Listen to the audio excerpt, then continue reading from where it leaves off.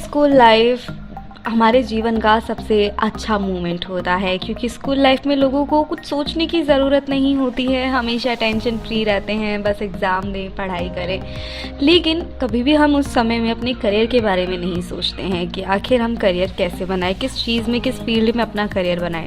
लेकिन जैसे जैसे हम 12वीं में आ जाते हैं, 12वीं पास आउट कर लेते हैं, उसके बाद हम सोचते हैं हमारे करियर के बारे में कि आखिर करियर को कैसे अच्छा किया जा सके।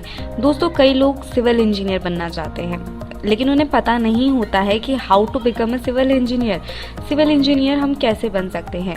तो दोस्तों, अगर आप जानना चाहते हैं कि आप एक सिविल इंजीनियर कैसे बने, तो आप बिल्कुल सही जगह पर हैं। आज के वीडियो के माध्यम से हम आपको बताएंगे कि आखिर आप सिविल इंजीनियर कैसे बन सकते हैं। तो दोस्तों, वीडियो को शुरू करने से पहले अगर आप इस चैनल पर नए हैं तो इसे सब्सक्राइब करें, साथ ही नोटिफिकेशन बेल को दबाए बिना कहीं ना जाएं।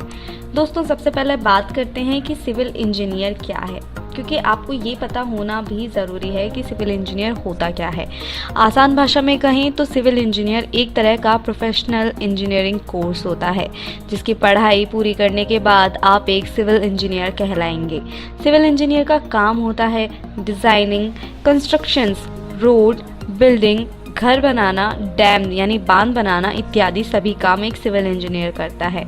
उदाहरण के लिए, घर की डिज़ाइन कैसी होगी, रोड कैसी बनेगी, इसमें क्या सामान लगेगा इत्यादि सारे काम सिविल इंजीनियर का ही होता है। जी हाँ, ये बहुत जिम्मेदारी भरा काम होता है। इंजीनियर आपको दो तरह से कर सकते हैं। एक होता है डिप्लोमा इन सिविल इंजीनियरिंग, जिसे हम जूनियर सिविल इंजीनियर भी कहते हैं, जो कि 3 साल का होता है। आप 10th पास करने के बाद इसको कर सकते हैं। एक होता है सीनियर सिविल इंजीनियरिंग, जो कि आप 12th पास करने के बाद पूरे 4 साल का कोर्स होता है, तब करते हैं।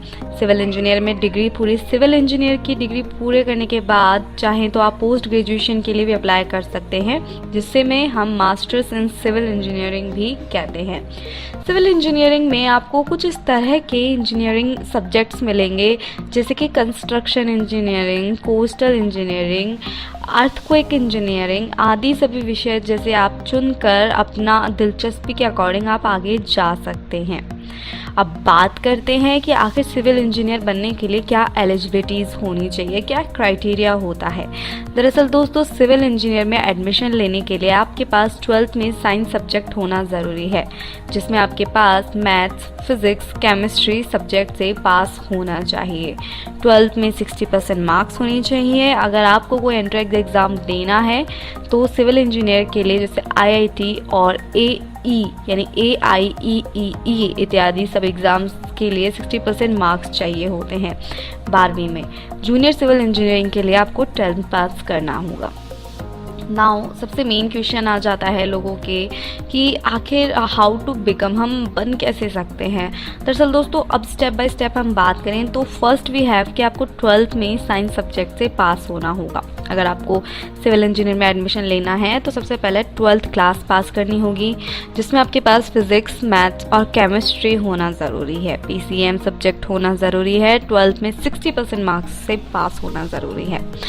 सेकंड स्टेप आती है एंट्रेंस एग्ज़ाम का फॉर्म क्लियर करें। अगर आप नहीं चाहते कि आप प्राइवेट सेक्टर से या प्राइवेट जो कॉलेजेस हैं उनसे करें, तो इसके लिए आपको बड़े बड़े कॉलेजेस में एडमिशन लेने के लिए आपको कुछ एंट्रेंस एग्ज़ाम देने होते हैं। बीटेक के एंट्रेंस एग्ज़ाम लाइक IIT और AEEE जैसे एग्ज़ाम्स होते हैं, जो कि ऑल इंडिया लेवल पर एंट्रेंस एग्ज़ाम के फॉर्म भरे जाते हैं। मतलब एंट्रेंस एग्ज़ाम होता है, जिसे क्लियर करने के बाद आपको आगे जाने का मौका मिलता है। दोस्तों, ये जो एग्ज़ाम्स हैं आप इन्हें मजाक में मत लीजिएगा। मेरे वीडियो को देखने के बाद आप ये सोच लें कि चलो ठीक है, हम IIT का एग्ज़ाम दे देंगे, AEEE का एग्ज़ाम दे देंगे। तो दोस्तों, ये आसान नहीं है, इसे मजाक में ना लें, इसे सीरियसली लें। अगर आपका कोई सवाल हो अगर इन एग्ज़ाम से रिलेटेड, तो आप हमारी ऑफिशियल वेबसाइट पर जाकर विज़िट करके भी देख सकते हैं, जिसका लिंक हम आपको नीचे डिस्क्रिप्शन में प्रोवाइड करवा ही रहे हैं। वहाँ जाकर आपको इन दोनों एग्ज़ाम्स के बारे में फुल डिटेल्स मिल जाएगी, वो भी हिंदी और इंग्लिश दोनों में। इसके अलावा आपको ऐसी भी कॉलेजेस होती हैं जो स्टेट लेवल पर एंट्रेंस एग्ज़ाम लेते हैं, तो आप उनके लिए भी अप्लाई कर सकते हैं। थर्ड स्टेप आती है सिविल इंजीनियर में बैचलर्स डिग्री पूरी कर लें। जैसे ही आप कॉलेज में एडमिशन ले लेते हैं उसके बाद आपको 4 साल तक कॉलेज में सिविल इंजीनियरिंग की पढ़ाई कराई जाती है।